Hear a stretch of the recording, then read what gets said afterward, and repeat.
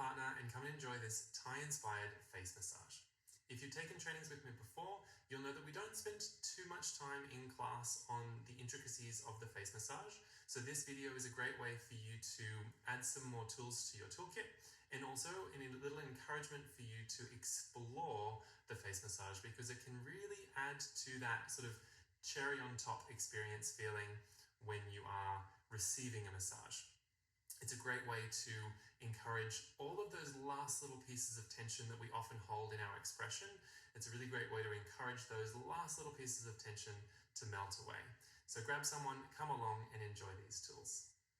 It's nice to start your massage work here on the face at the temples. The temples tend to be a neutral zone on the face, and especially for people who aren't accustomed to getting massage on the face, this can be a nice way to ease them into the experience.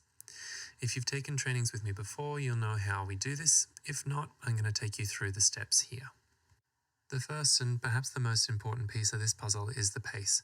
One of our favorite mantras is to move nice and slow, to slow it down.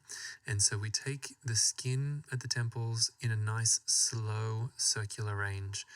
We're trying to also pull a little bit on the skin, but you notice that the pressure is not all that deep because there's not a whole lot of tissue to sink into here on the face.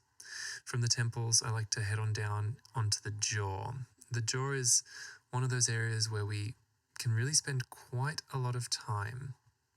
It's often one of those areas that I would say we have what I would call a bit of hidden tension. Hidden tension being that people aren't typically aware of the amount of tension that they carry in a spot until you're pressing on it. And the jaw is one of those zones. It's nice to start just underneath that line of the cheekbone, not the front point of the cheekbone, but the side line of the cheekbone there. It's nice to start with some light pressure and some small, really small circles, just to get into those upper fibers of the masseter muscles. And then you can see I'm starting to now move in some gliding strokes all the way down to the jawline, but those strokes are really, really slow, which of course is one of our primary themes as we go throughout any of this work. When doing these longer strokes, it's really nice to repeat it a few times.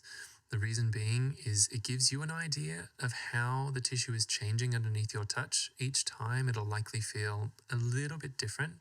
Hopefully it'll feel like there's a little bit more space in the tissue each time.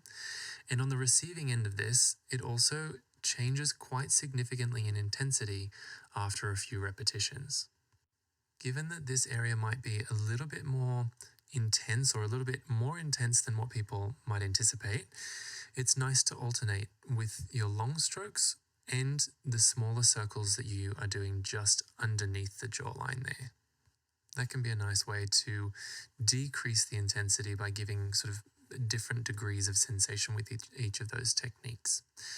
As you repeat the longer strokes as well, just know that you can start to work slightly different fibers of the muscle. So you can work the fibers that are a little closer to the ear, you can work the intermediate fibers, and you can work the fibers that are a little bit more forward in the face. As well as these techniques that have you gliding over the tissue and moving the tissue, if as you use these, you notice that there are fibers that might be particularly resistant or dense, then it's a really good idea to pause with your pressure applied on those spots. And with your pressure and with your time, hopefully there is some kind of a change in the tissue. And given that this is an area that a lot of people really need some solid work on, we'll come back here in a minute. But for now, you can also come down and try out some sort of dragging the fingertips along the full length of the jawline. The only thing you need to be a bit conscious of here is as you get up towards the ear, there is a little bone sort of at the base of the ear there that you want to avoid. So you don't want to drive the fingertips up too close to the back corner of the jawline. You can repeat this a few times, coming back to the center of the jaw and dragging the fingertips up along the inferior ridge of the jawline there. With a similar style of stroke then, after this last draw along the jawline, we're going to head up to the cheekbone, but now we're going to work from the bridge of the nose. So bring the fingertips nice and close to the bridge of the nose, start just beneath the cheekbone, and create those dragging strokes just inferior to the cheekbone, back to where you were working on the muscles of the jaw before. And we can do that again a few times, starting from just either side of the nose and arcing down underneath that cheekbone back to that point of where we were working the jaw muscles. As well as being good for the muscles in the area here, these points, especially either side of the nose, are often considered to be sinus points. So if someone is having some congestion or perhaps some seasonal allergy stuff going on, this can be a really good spot to work. In fact, you don't even need to glide over the spot. You can, of course, also find a little bit of pressure either side of the bridge of the nose and pause there. That people can often find that really relieving to any pressure buildup in some of the sinuses of the face. Also, when you do that, the pressure doesn't need to be increased. Oftentimes when you pause and you stay still with the same amount of pressure that you were using for the gliding strokes, oftentimes the pause in and of itself intensifies the pressure or the experience of that pressure for your person that you're working on. So you can just keep it there, stay still, you don't need to add any extra weight, and you'll still get the full benefit, the full effect that you're going for here. I'm going to make this my last one for now, but if you want, you can keep going, doing more repetitions here, just either side of the nose. Considering that I'm in the region again, and the jaw has had a few moments to rest and to integrate some of the work that we did before, I'm going to take the opportunity to do a few more of these circles at the jawline, and then a couple more gliding strokes down the length of what we call the masseter muscles of the jaw. Sometimes when you head back to a region like that you've previously worked and you've given it a little bit of time, you might notice that there's even greater change, there's even more space in the tissue for you to explore, given that you've given the body an opportunity to rest and integrate. As an extra little tip here as well for folks who you would consider to be clenchers, you might encourage them to create a little bit of space between their upper and lower teeth just to drive extra relaxation of those muscles while you're massaging them. From this second go at the jaw, we're going to head now to the ears. You'll notice that as I work through the face massage, I'm trying to connect different areas of the face massage and try and have it be relatively seamless between regions. And that just helps to create a nice sensation of flow and from one technique leading into another. With the ears, I like to start with some circles down at the earlobes and then incrementally move those circles up along the outer rim of the ear all the way to the top. And just like all of the other techniques that we've used so far, it's nice to do some repetition here. So we'll do a second round, starting back at the earlobes with some circles in between the thumb and fingertips. And then we work our way all the way up towards the top of the ear. The pressure here, by the way, is really quite light, lighter than the rest of the face work that we've been doing, because there's no tissue, so to speak, to sink into here in the ears. It's mostly just cartilage. And after you've done a couple of rounds of this, we're now going to take the ear in a really gentle but full hand grip, and we're going to give a little bit of traction to the ear, so pulling down very slowly and carefully. And then you can also draw the ears up a little bit as well. These movements are very gentle and slow, and we're not trying to test any limits with it. We're just taking the ear and moving the whole thing around to provide some of the smaller muscles in and around the ear with a little bit of traction. And once you're finished with the ears there, we're going to head up to the scalp for a little bit of a dry shampooing action. We're going to take the fingertips and start to drag the fingertips across the scalp. Now, there are a couple of ways that I typically take people through a scalp massage. One is this first technique where the fingertips are taking the skin a little bit, but mostly gliding over the tissue and gliding through the hair.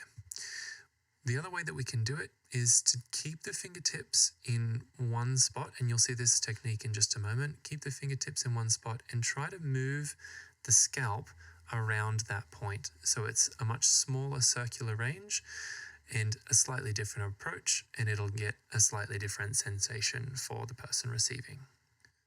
It's also nice to explore as much of the real estate of the scalp as you can, heading not only on the sides but also up in the front, all the way up through the middle and back if you can get access to it here. And this here is where you can see that second implementation where my fingertips are staying relatively stationary and I'm trying to move the scalp with my fingertips.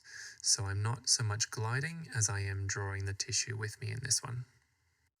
An extra thing to play with here, if you can get a grip of the hair, is just to have a gentle grip of the hair and provide just the slightest bit of traction to the hair follicle.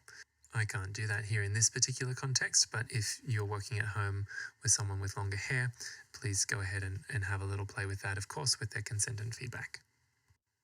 And now we head on to the final piece of this particular video, and that's the third eye and the forehead.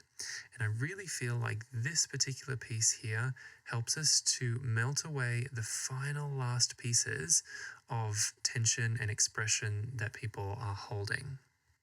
So I like to start right at the center of the forehead there with a few little strokes with the thumbs, both drawing up and slightly out to the sides as I do that. You can also keep a little bit of pressure stationary there right at the brow, because that's an additional sinus point that we often can use when someone has some congestion going on. From the third eye point then, I like to start to drag the thumbs out across the top of the brow, all the way down to the temples, back where we started. You can do that once, but it is also really nice to do that a handful of times, coming back to the center of the forehead each time and making a really, really slow drag out over the top of the brow to the temples. Now, if you're working with someone who has particularly dry skin, or maybe you do on your thumbs, then just go extra slow. I promise you, you can still get a drag action without it being jumpy if you go slow enough. So that means if you do find that your thumbs are jumping a little bit over the top of the skin, slow it down even more. You can also sub in your fingertips to come to the midline of the forehead and create a broad surface of contact and drag in the same direction above the brow out towards the temples, where you might take the opportunity to add in a couple of little circles, just like how we started. Essentially bringing it full circle all the way back to the temples. And when you feel like you have facilitated the release of all of those last little bits of expression, then you can start to put the finishing touches on your face work. I like to add one extra draw out of the thumbs from the center of the forehead to the temples, and then a couple of sweeps starting at about ear height and dragging your hands up towards the scalp to create a little sweeping action. It's a nice, soothing, calming way to finish off this beautiful face massage.